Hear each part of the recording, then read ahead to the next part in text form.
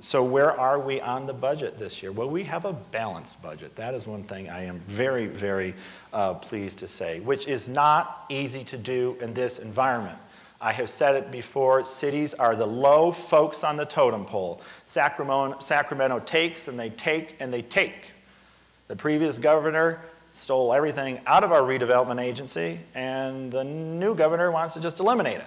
So we have to do some very, very tough things. In the last couple of budget years, and when I was talking last year, we were still talking about having to lay some folks off and the furloughs. You know, we have cut 107 positions in the last 2 years through early retirement, some permanent layoffs, through some attrition. That's a lot, folks. That's a leaner and meaner government, and all these folks here today are working double and extra hard to make things work. But that's how many positions we are down. But the good news is revenues are actually up. Our sales tax year over year is up 10.2% right now. If you've been downtown lately, downtown is absolutely packed.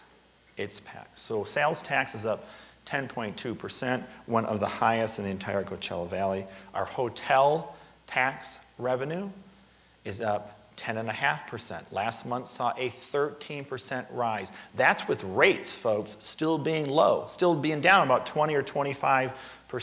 So the hotel incentive program that my colleagues approve has worked. Those new hotel rooms at the Renaissance and at the Riviera, at the Ace Hotel, and at the Hyatt was really a program that has worked in a major, major way. So hotel revenue is up 10.5%. Our utility tax revenue is up 6.5%. The only thing that is down is property taxes. And of course, you've all felt it in your homes.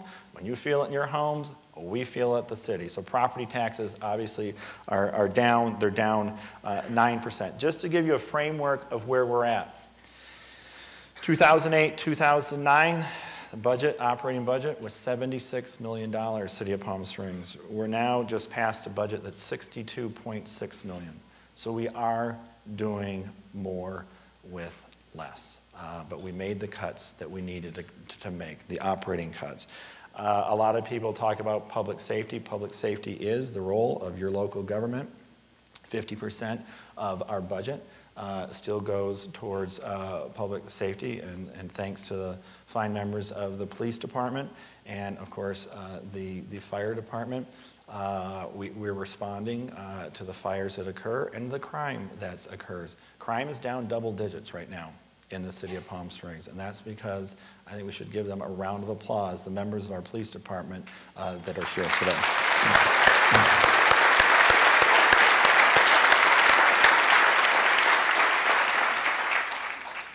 So what happened in 2010? Boy, there were a lot of good things. And just some of the new restaurants. Torme's, the Blue Pear, Dickey's Irish Pub. Even though they had a little problem with their roof and some water, Dickey's is going to be up and running. Trio, Bill's Pizza. I drive Bill's Pizza a lot. Bill's Pizza is jammed at night. So if you haven't had Bill's Pizza yet, you don't have a piece of Bill's Pizza. Sammy G's, Chakra's, Spunky Monkey, Zinni Cafe. I saw Mindy here today. Johnny Costas went through a major remodel. Ita Pita, Rossi's Pasta. I can talk for a long time, but there's too many design stores that have opened up north of Vallejo. And let me tell you, folks, at dusk, come down Palm Canyon at dusk to Vallejo with all these new design shops and all the lights and the galleries. It is unbelievable. Over 15 new design shops have come to the City of Palm Springs just last year, in addition to all the retailers and the other merchants that have come to the city. So I think it was a very, very, very successful year. Restaurants that have already opened this year until today. Grindberger Bar above the Chop House. Burba's. Burba's is next to Cheeky's. It's going to be one happening spot if you haven't seen it yet. But their soft opening is right now. It's an outdoor bar, fire pits, and with incredible views. Rio Azul has opened, Tutti Frutti, Espresso, Cielo. Those are already opened this year in Palm Springs. On the market, to open soon, is Juice Stop on Tockwitz. Leon's Rainbow Bar and Grill. Leon's opening a restaurant downtown. The Red Tomato, which took over the old Japanese place, and they finally cut down the little things the other day. And Lulu's Bistro. The owners of Aquapaza from the river are coming to open a restaurant in downtown Palm Springs. Of course, that is the old Muriel's, the old Atlas, the old Copycats, and a few of you have been here a long time, probably know a lot of other things are there. But they're doing a huge amount to work, and trust me, that is going to be a dynamic corner in this city, absolutely, for sure. You've also got the, okay, what's coming? This is somewhere else. On February the 2nd, we started a new flight service from Toronto to Palm Springs on WestJet. That is significant.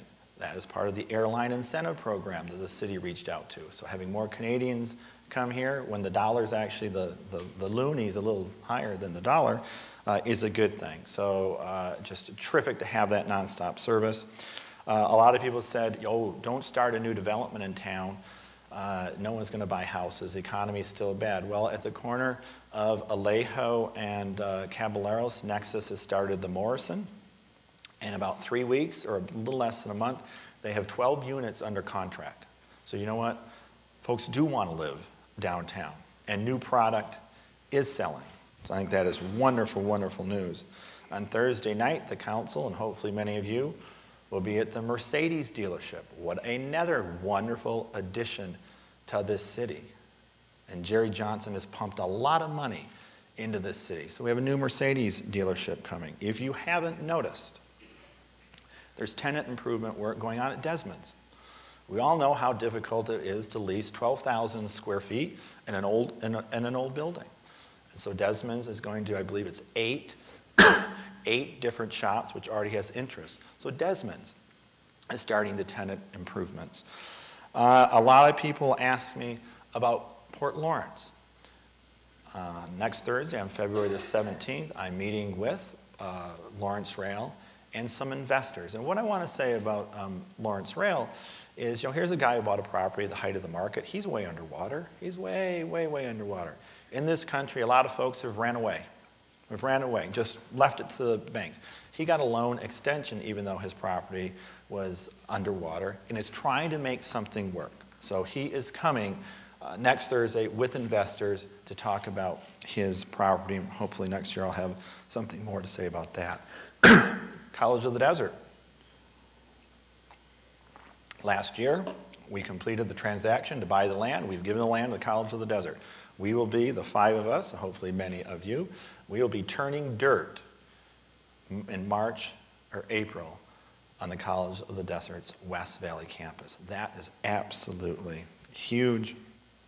Ms. Fote and Mr. Mills and Mr. Weigel and the entire council will be very happy to be at the opening of the animal shelter, which I believe is July or August. And if you haven't seen that project, and many of you have contributed to that project, we thank you from the bottom of our hearts. Mr. Baraki, I think, is here from our Public Works Department. We are pleased to say that both interchanges at the 10 will be completed by the end of the year. Both of them will be completed by the end of the year. And then, of course, and this is great news if you haven't heard it, but Nexus and the Hard Rock and the Agua Caliente Band of Cree Indians are finishing negotiations to build a new hotel on Indian Canyon. It will probably be 350 to 400 rooms. They're just finalizing that, and construction most likely on that will start this year in 2011. So the Hard Rock is coming to town. All right, after hearing all that good news, and there is a lot of good news, challenges, sure. We got to watch the economy closely. With all that good news, I'm going to ask you, I'm going to go back to the jail. And we've got some people in this room. Dan, you're one. Dan's president of the chamber. Where are you sitting? Dan, stand up. Chamber of Commerce officially opposes the jail. I know that Jim Franklin is here somewhere from the Board of Realtors. Jim there in the back. Please stay standing. I know Marna Van Horn is here from the Palm Springs Economic Development Council there. I know that Julius Kazin is here from the hospitality aid somewhere. There's Julius. Aftab, where are you? From the Hilton? Aftab just snuck out, but he's standing somewhere. From the Palm Springs Homeowners Associations, you've got Vic Gaynor. You've got Paul Lewin. Paul, many of you have probably signed Paul's petition. And Paul is here. Where are you, Paul? Paul is over here to preserve, yeah, place around him. Who's leading the effort.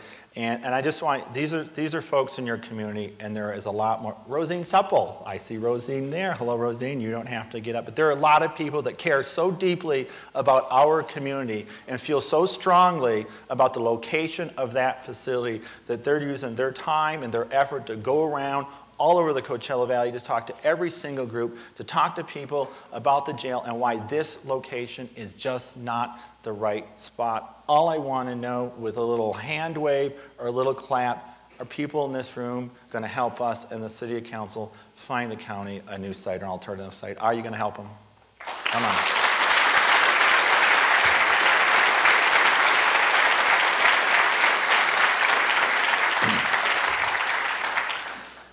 Well, thank you very much. That is actually, I'm sorry, 41 minutes, a little over my allotted time. I've said this before, and I want to say it again.